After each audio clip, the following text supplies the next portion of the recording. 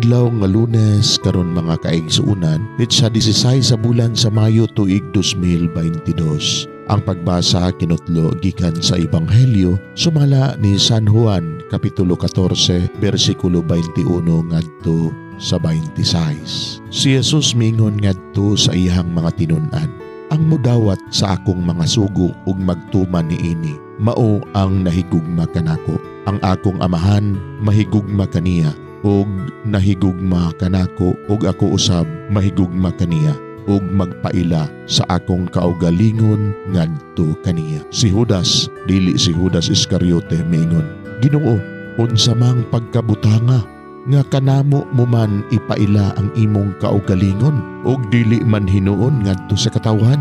Si Jesus mitubag, ang nahigugma kanako magtuman sa akong gisugo. Higugmaon siya sa akong amahan, ug ang akong amahan ug ako muanha ug magpuyo diha kaniya.